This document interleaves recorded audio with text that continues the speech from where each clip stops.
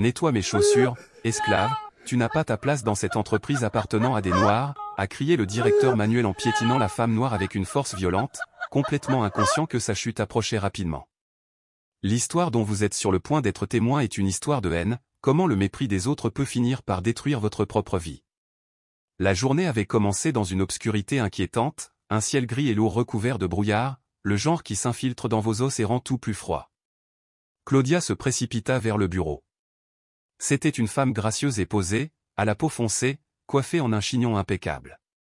Chaque jour, elle se donnait à fond, cherchant l'excellence dans son travail. Mais au fond d'elle-même, elle savait que pour certains, aucun effort ne serait jamais suffisant. En approchant du bâtiment, elle aperçut Manuel, le chef de service, qui fumait avec une intensité nerveuse. Dès qu'il la vit, il lui lança un regard si venimeux qu'il lui fit ressentir une vague d'angoisse. Elle a essayé de l'éviter en faisant un pas de côté, mais d'un mouvement délibéré du poignet, il a jeté la cigarette directement devant ses pieds, la forçant à s'arrêter. « Je n'arrive pas à croire que tu oses encore te montrer ici, » siffla-t-il, sa voix dégoûtée de mépris, ses yeux la scrutant de la tête aux pieds avec un dégoût total. Claudia arqua sa voix et répondit calmement, essayant de dissimuler sa nervosité. « J'ai du travail, comme tout le monde. » Mais Manuel s'approcha, sa présence soudain menaçante. Sans prévenir, il la poussa violemment d'un coup d'épaule. Claudia trébucha et s'écrasa au sol, ses genoux heurtant douloureusement le carrelage froid et impitoyable. Une vive douleur lui traversa les jambes et des larmes jaillirent, mais elle lutta pour les retenir. « Tu devrais rester là-bas, là où tu appartiens, » cracha Manuel d'une voix aigre et cruelle. « On ne veut pas de gens comme toi ici.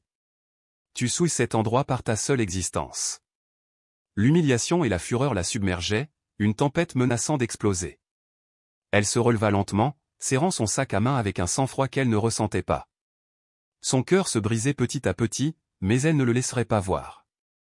Alberto, son mari, avait tout vu. Ses poings se crispèrent, ses muscles se raidirent de fureur, mais il n'agit pas, du moins pas encore. Il savait qu'affronter Manuel à ce moment-là ne ferait qu'empirer les choses pour Claudia. Pourtant, quelque chose en lui changea. Son visage trahissait l'expression d'un homme qui venait de prendre une décision silencieuse mais irréversible. L'atmosphère au bureau était devenue insupportable.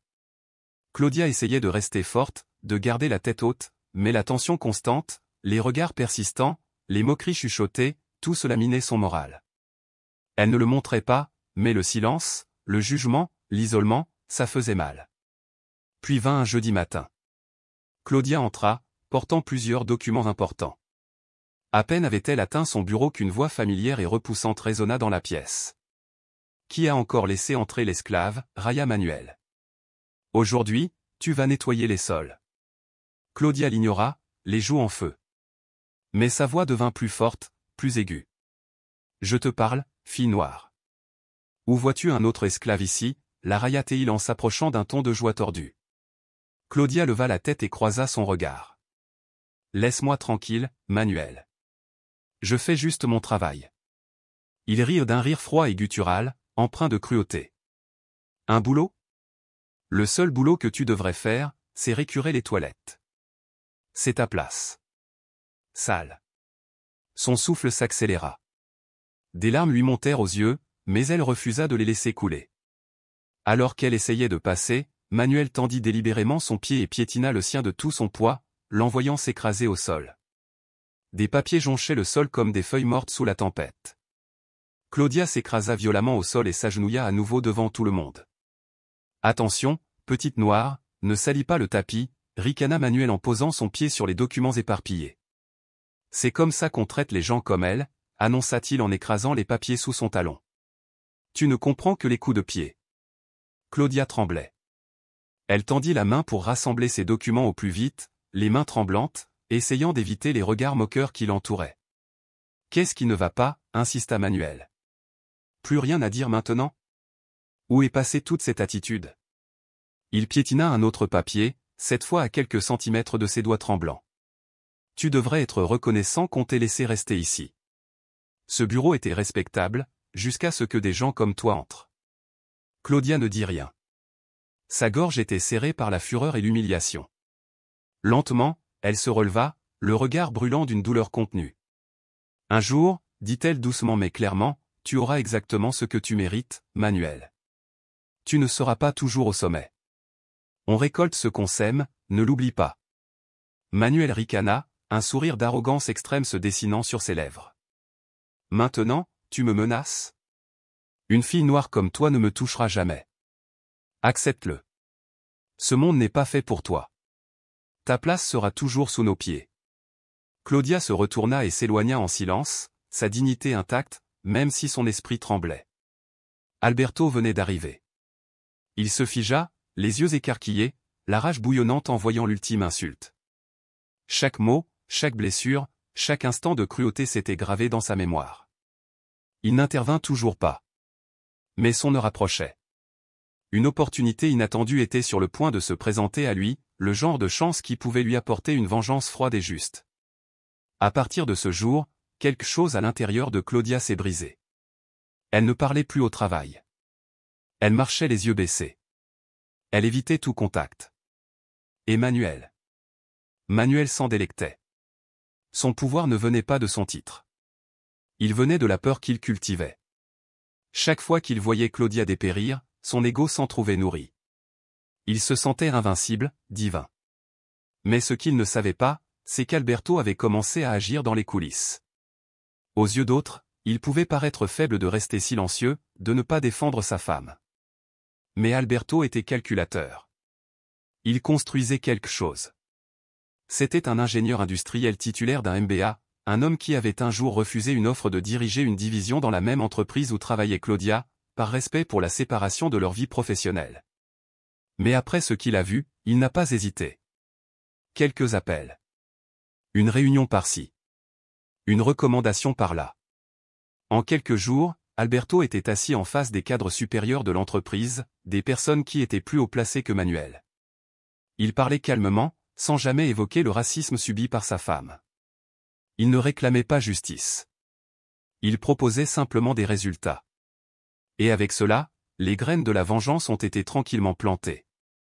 Pendant ce temps, Claudia continuait à recevoir les miettes de dignité que le directeur lui accordait. Un après-midi, alors que tout le monde était réuni dans la salle de conférence, Manuel apparut, une tasse de café à la main. Claudia rangeait des dossiers près du placard.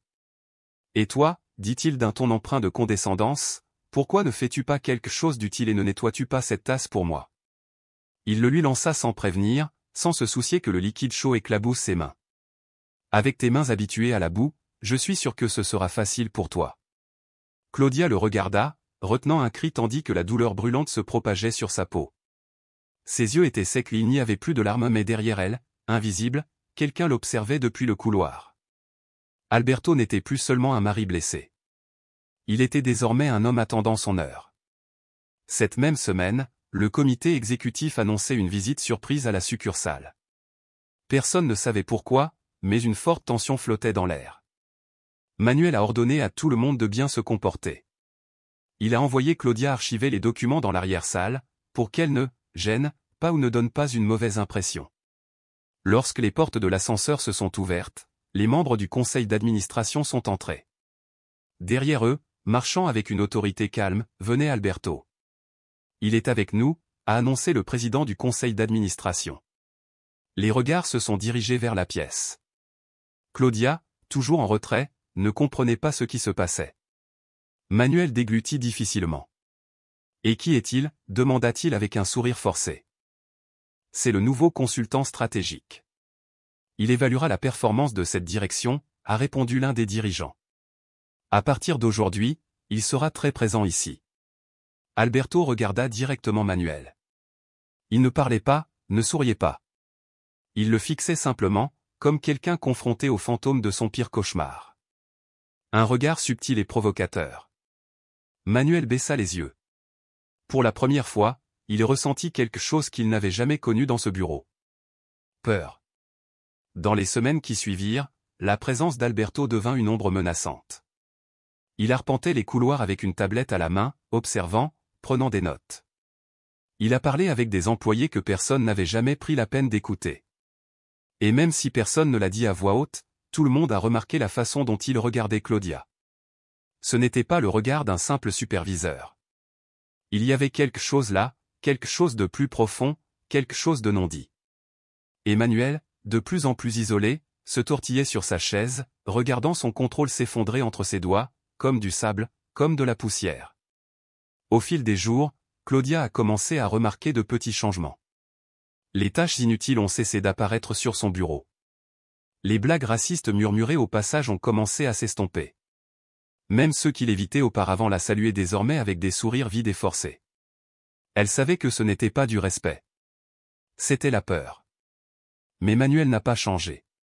Au contraire, il est devenu encore plus hostile. Que se passe-t-il, murmura-t-il à ses plus proches collègues. Maintenant, tout le monde a peur de cette femme de ménage. Il rit bruyamment en claquant son bureau. Quelqu'un pense-t-il vraiment que ce type noir en costume va changer quelque chose? S'il vous plaît, dans cette entreprise, les patrons sont blancs. Ça a toujours été comme ça. Et même si personne n'osait le corriger, le silence dans la pièce ne sonnait plus le même. Un matin, Claudia est entrée dans la salle de pause pour prendre un café. Il était tôt. Le bureau était encore presque vide. En se retournant, elle trouva Manuel qui bloquait la porte. « Ah, regarde-toi » ricana-t-il, sa voix dégoulinant de venin. « Tu n'essaies même plus de le cacher. Tu te promènes comme si tu étais la reine des lieux. Que penses-tu être? » « Je veux juste travailler, Manuel. » « C'est tout » répondit Claudia sans le regarder dans les yeux. « Ah oui? Et qu'as-tu fait pour mériter tous ces privilèges ces derniers temps » demanda-t-il en s'approchant et en baissant la voix. « Tu couches avec le nouveau manager? Ce singe avec sa tablette qui te suit partout? C'est ça? » Claudia serra la mâchoire. « Je ne vais pas répondre à ça. Et franchement, ma vie privée ne te regarde pas. » Manuel sourit, cruel et moqueur. « Bien sûr que non. Parce que tu sais que c'est vrai. Vous trouvez toujours un moyen de grimper, en léchant des bottes ou par tout ce qu'il faut. » Claudia croisa son regard. Juste un instant. Mais à cet instant, son expression changea. Il n'y avait aucune peur. Seulement une fureur froide dont même Manuel ne pouvait pas rire. Ça va finir. Tu le sais, n'est-ce pas? Manuel recula d'un demi-pas, essayant de le cacher. Puis, forçant un rire faux, il dit, continuez à rêver. C'est nous qui commandons ici. Nous l'avons toujours été. Nous le serons toujours. Mais ce que Manuel ne savait pas, c'est qu'à ce moment précis, dans une salle de réunion à l'étage, Alberto présentait un rapport confidentiel au comité d'éthique de l'entreprise. Enregistrement. Déclaration de témoins. Capture d'écran. Tout est documenté. Tout est légal. Tout est irréfutable. Titre du rapport, Environnement de travail hostile et conduite discriminatoire dans la gestion des opérations, le cas Manuel Herrera. Et ce n'était que le début. De retour au bureau, Manuel croyait toujours qu'il était intouchable. Il marchait avec assurance, lançait des blagues racistes comme si rien n'avait changé et regardait Claudia comme si elle était une tache sur le sol poli qui refusait de disparaître. Mais Claudia arrivait chaque jour la tête haute. Il n'y avait pas de sourire. Pas de pardon. Seulement une détermination figée, forgée au fil des années d'humiliation, de racisme et d'endurance silencieuse et désormais arrosée quotidiennement par chaque pas qu'Alberto faisait hors de l'ombre. Tout a commencé avec un email. Un vendredi après-midi. Au moment où Manuel s'apprêtait à prendre la bouteille de whisky cachée dans le tiroir de son bureau, une tradition personnelle que personne n'osait remettre en question, un message arriva. Confidentiel. Marqué comme urgent. Et rien ne serait plus jamais comme avant. Évaluation du comportement managérial. Cela venait directement du comité central des ressources humaines, avec une copie adressée au président de l'entreprise. Manuel l'ouvrit sans inquiétude. Il avait déjà vu ça, des avertissements inutiles qu'il jetait à la poubelle. Mais cette fois c'était différent. Rapport interne numéro 042. Comportement discriminatoire, langage offensant, abus de pouvoir et harcèlement au travail. Son nom apparaît sur la première ligne. Il y avait des captures d'écran. Transcription de conversation. Témoignages signés. Des photos de caméras internes le montrant en train de pousser Claudia. Et un enregistrement clair où il a dit. Ce sont des blancs qui dirigent cet endroit.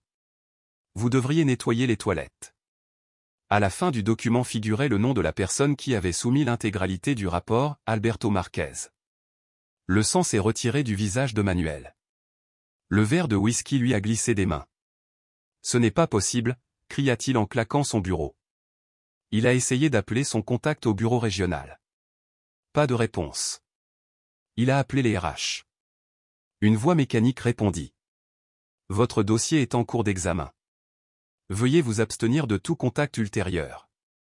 Le lundi suivant, lorsqu'il est arrivé au bureau, 2 personnes l'attendaient à l'intérieur de son bureau. L'un d'eux était le chef de l'audit interne.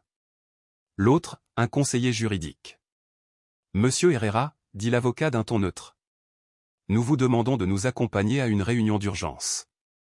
Apportez votre ordinateur portable et votre téléphone professionnel. C'est une blague. Qui est derrière tout ça, s'exclama Manuel, en sueur. Ce n'est pas une blague, répondit calmement le conseiller. Il y a des plaintes sérieuses.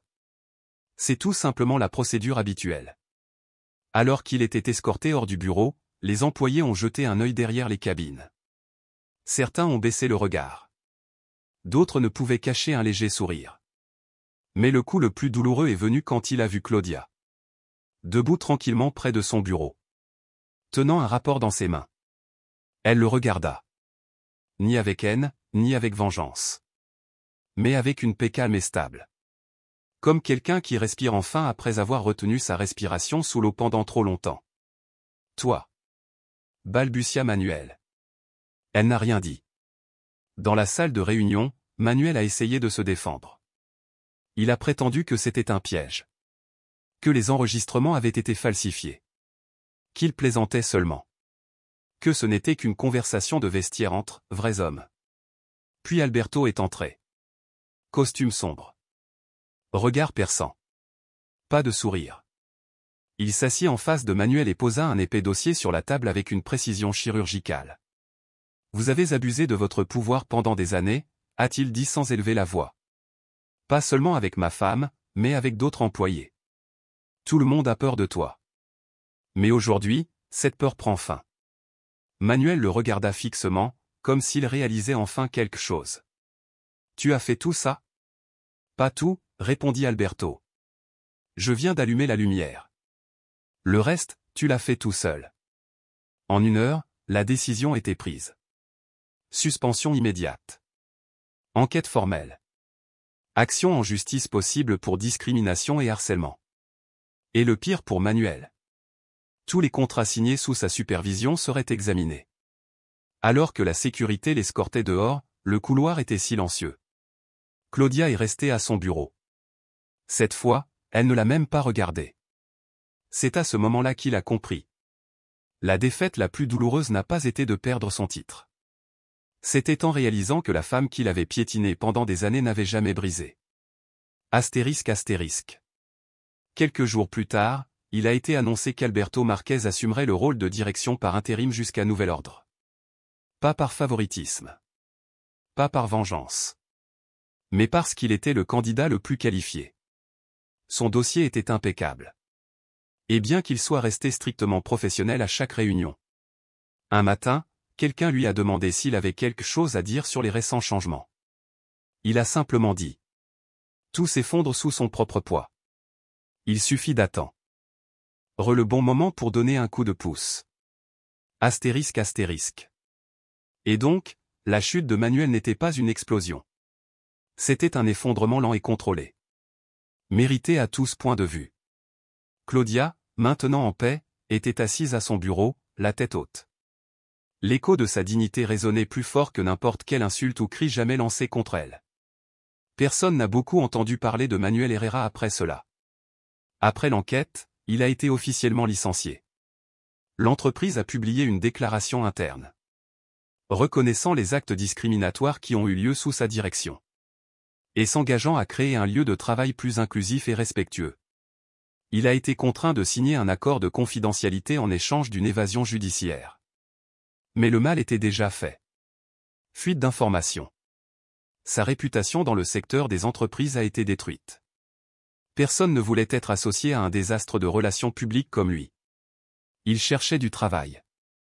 Mais chaque entretien ramenait la même question. Certains recruteurs faisaient semblant de ne rien savoir. Ils souriaient, prenaient des notes, posaient des questions anodines. Mais une semaine plus tard, La réponse tombait toujours, glaciale et impersonnelle. Désalignement des valeurs. Sa femme l'a quitté peu de temps après. Elle a emmené les enfants sans se retourner. Je ne veux pas élever qui que ce soit avec ta haine, lui a-t-elle dit. Avant de claquer la porte pour la dernière fois. Sans revenu stable, il a sombré. Il buvait de plus en plus. Jusqu'à finir dans un appartement miteux. Murs humides, robinet qui fuit. Une vieille télé allumée du matin au soir. Juste pour ne pas entendre le silence. Juste pour ne pas se sentir seul. Un après-midi rare, il sortit marcher en ville. Errant sans but, les mains dans les poches. Et là, devant un immeuble de bureau moderne, il la vit. Claudia. Elle descendait d'une voiture noire. Portait une robe élégante, coupée sur mesure. Un dossier en main. Un téléphone dans l'autre, qui sonnait sans arrêt. Elle avançait avec assurance. Droit dans ses talons. Entourée de collègues qui buvaient littéralement ses paroles. Manuel, pétrifié, se cacha derrière des voitures garées. Son estomac se tordait. Ce n'était pas seulement de la honte. C'était une colère brûlante, acide. Il n'arrivait pas à y croire. Elle. Cette femme noire qu'il avait piétinée. Méprisée, humiliée pendant des années. Était là. Respectée. Admirée. Puissante. Mais il ne pouvait plus rien faire. Il ne pouvait plus l'atteindre. Il ne pouvait pas lui parler. Il ne pouvait même pas s'en approcher. Il n'était plus rien qu'un souvenir amer. Elle, une présence. Une force vivante. Et en pleine ascension.